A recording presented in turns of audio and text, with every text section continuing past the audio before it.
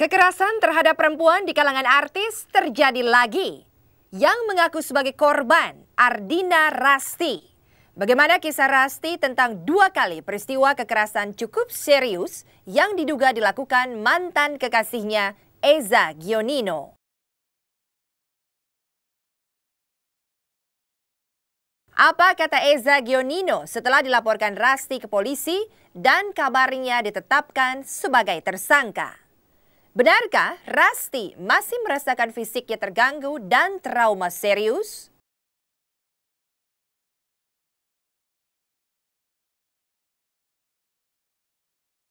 Artis lain lagi, Zian Zigas, juga sedang dikejar tanggung jawabnya. Seorang perempuan mengaku memiliki anak dari Zian. Benarkah Zian meragukan pengakuan itu? Dan akhirnya, Dewi Persik pun mengambil langkah hukum atas pernyataan pengusaha dari Kalimantan, Haji Abu Bakar dan asistennya Luka. Pihak DP resmi laporkan Abu Bakar dan Luka atas dugaan pencemaran nama baik, penipuan, dan fitnah.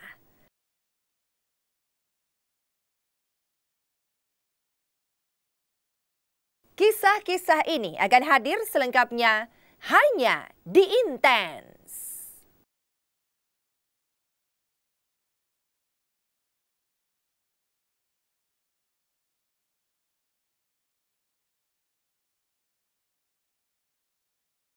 Apa kabar pemirsa? Selama 1 jam, saya Mila Rahmawati akan hadir di hadapan Anda dalam Intens. Menyajikan kabar terkini, terpercaya, teraktual dari sebuah peristiwa secara intens.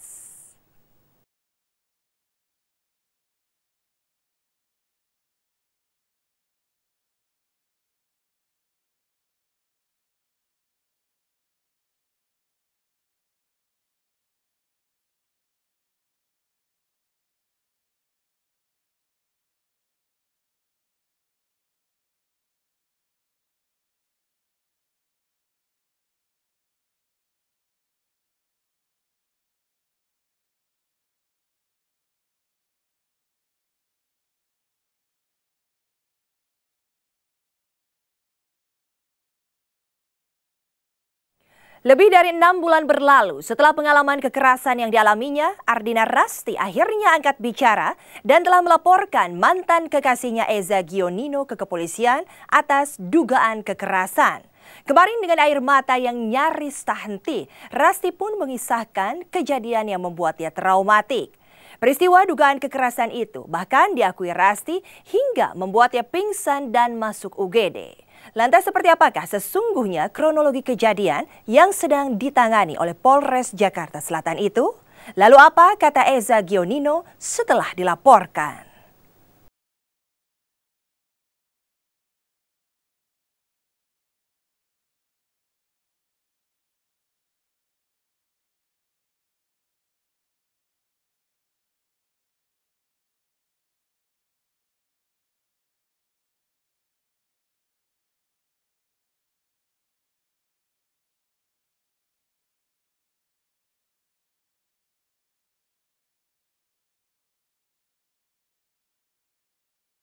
Pekan ini, inilah kisah yang sungguh mengejutkan dari artis Ardina Rasti.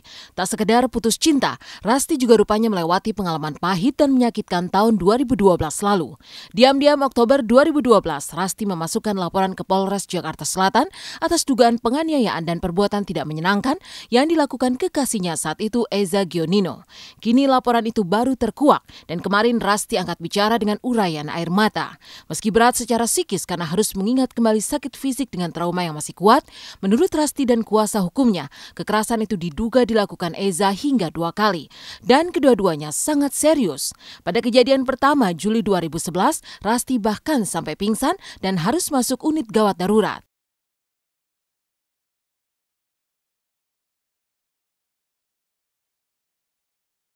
Entah dia mau ngelempar kursi besi atau mau nyambit saya atau entah mau mengarahkan saya atau hanya untuk mau ngelempar saja, tapi karena arahnya ke saya dan alhamdulillah saya berhasil menghindar, akhirnya kenanya ke pintu dan daun pintu besar kayu itu bisa sampai rusak.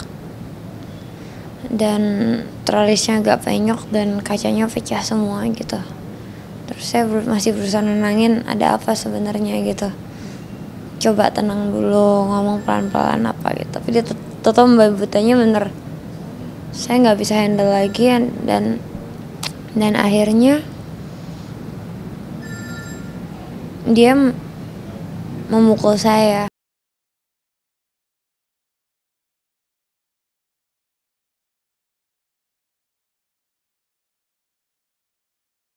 Jadi dia menonjok, memukul, mendorong dan segalanya gitu. Sambil terus memaki-maki. Dan itu di rumah saya pribadi dan kebetulan lagi nggak ada orang rumah. Jadi cuma kita berdua. Terus saya ditonjok, saya dipukul, saya limbung dan saya jatuh tersungkur gitu. Di atas pecahan kacanya saya sampai nggak sadar. Akhirnya saya jatuh agak ngeringkuk gitu dan dia nendangin saya berkali-kali ke tulang rusuk. Kayak nendanginnya tuh benar kayak kalau orang-orang nemu maling terus main hakim sendiri tendangin membabi buta. Itu yang dia lakuin ke saya. Saya bangun-bangun ada di satu rumah sakit, di satu UGD, udah lengkap semua infus, alat inhalasi dan semuanya. Dan saya lihat ada 2 suster lagi membersihkan kaca-kaca yang nempel di kaki dan tangan saya.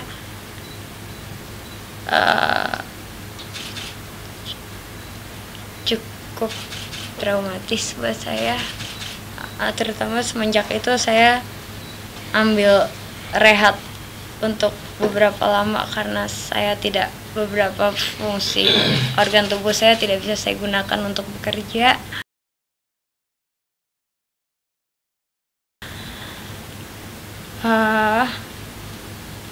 Tapi dia minta maaf sama saya. Dia dan keluarga minta maaf sama saya dan saya maafkan. Dia janji dia nggak akan ngelakuin itu, dia hilaf dan semuanya, dan tetap saya maafkan.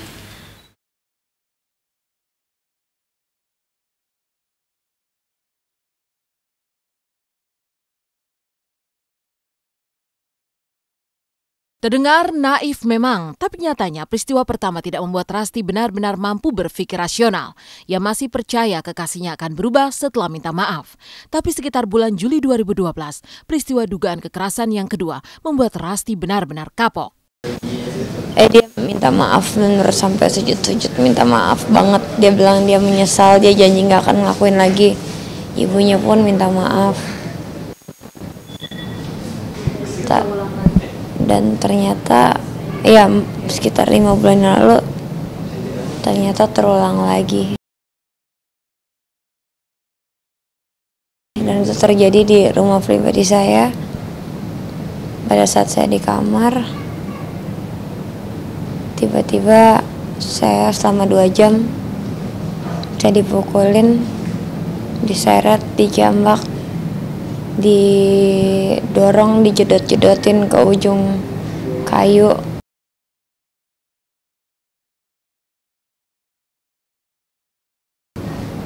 Dijedot-jedotin, rambut extension saya semuanya jebol, rontok.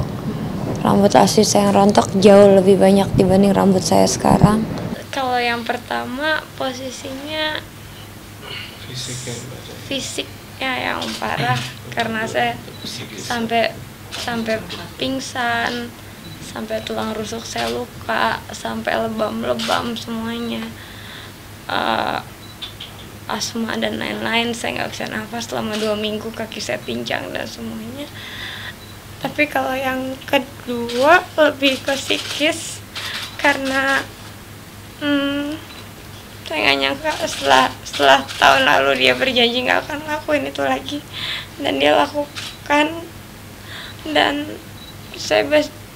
karena saya ngalamin, jadi saya bisa lihat ternyata orang yang saya percaya itu salah. Dan saya nggak nyangka kalau dia begitu kejam aja gitu. Saya nggak ada, maaf semuanya, maaf.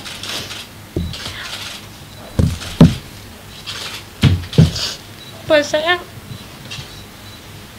gimana bisa dia bilang cinta ke saya, cinta, setia, pasangan, pacaran, ingin menikah dan lain-lain, tapi dia melakukan tindakan asusila, penganiayaan fisik dan mental dan emosional kepada orang yang dia bilang dia cinta gitu. Jadi saya nggak habis pikir aja.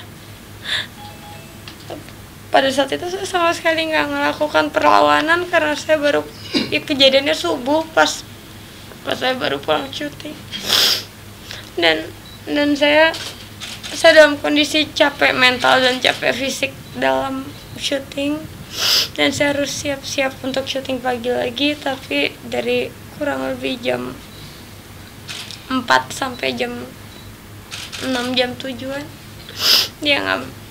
dia nggak berhenti untuk menganiaya saya.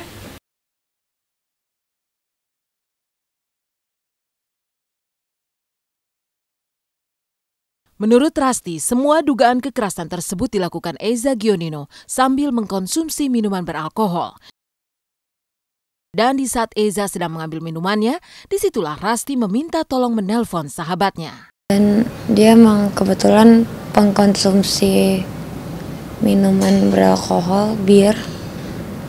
Saya nggak tahu ini salah atau benar saya nyampein. Dia minum bir dan dia ngerokok. Kalau saya kan bukan perokok, saya asma. Biasa dia mukulin saya, dia berhenti, dia ngebir dulu keluar, dia lanjut mukulin saya lagi. Di momen dimana dia keluar ambil bir, saya minta tolong ke siapapun yang bisa saya telepon. Untungnya itu Syarena dan anakku, tolong jemput saya kalaupun terjadi apa-apa sama saya. Saya mikirnya kayak ICU kayak tahun lalu, atau nauzubillah min zalik, meninggal atau gimana. Kamu tahu kejadiannya bahwa saya di rumah sendiri dan ada Eza di sini dan dia lagi menganiaya saya gitu. Dan ternyata bener, setelah 2 jam entah kenapa dia tidur. Saya bingung, dia tidur di rumah saya tiba-tiba. Saya dalam keadaan udah nggak jelas banget, rambut terontok di mana-mana dan pusing banget dan semuanya. Saya dijemput dan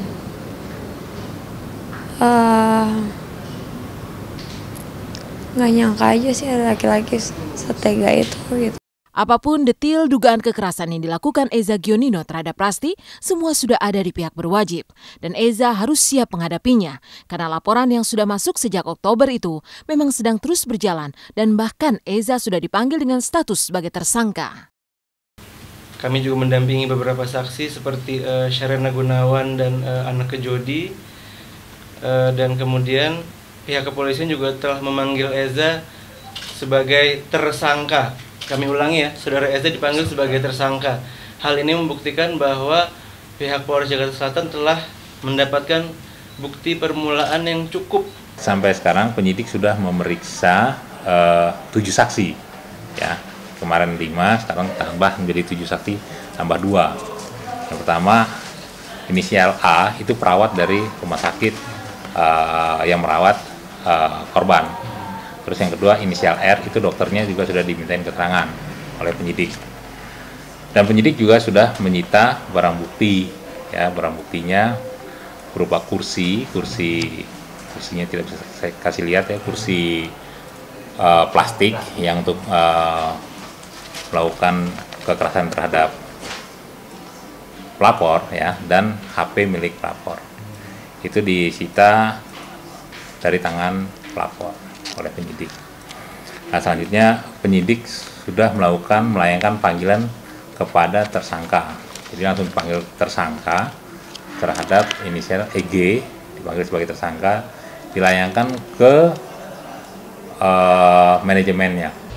Untuk saat ini ya gitu. Untuk sekarang yang mungkin saya akan bisa bilang adalah nanti pada saatnya saya akan klarifikasi semuanya sesuai dengan fakta-fakta yang ada, dengan kebenaran yang ada. Lalu seperti apa trauma yang dialami Rasti setelah mengalami dugaan kekerasan dari kekasihnya sendiri yang kini sudah menjadi mantan? Mengapa Rasti baru melaporkan beberapa bulan setelah kejadian?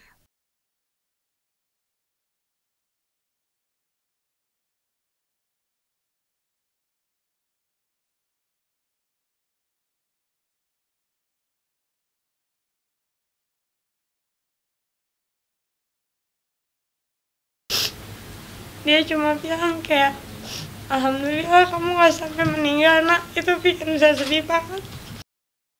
Kekasih, manis di awal, menyakiti kemudian. Itulah yang dikisahkan Rasti tentang sosok Eza Gionino. Akibat dugaan kekerasan yang dialaminya, Rasti bukan hanya sakit secara fisik, tapi terutama ia merasakan trauma psikis hingga kini. Selain sulit menghafal skrip, Rasti juga gampang sekali ketakutan hingga sulit membedakan mana yang akting dan kenyataan. Tapi mengapa ia baru melaporkan Eza Gionino setelah beberapa bulan berlalu?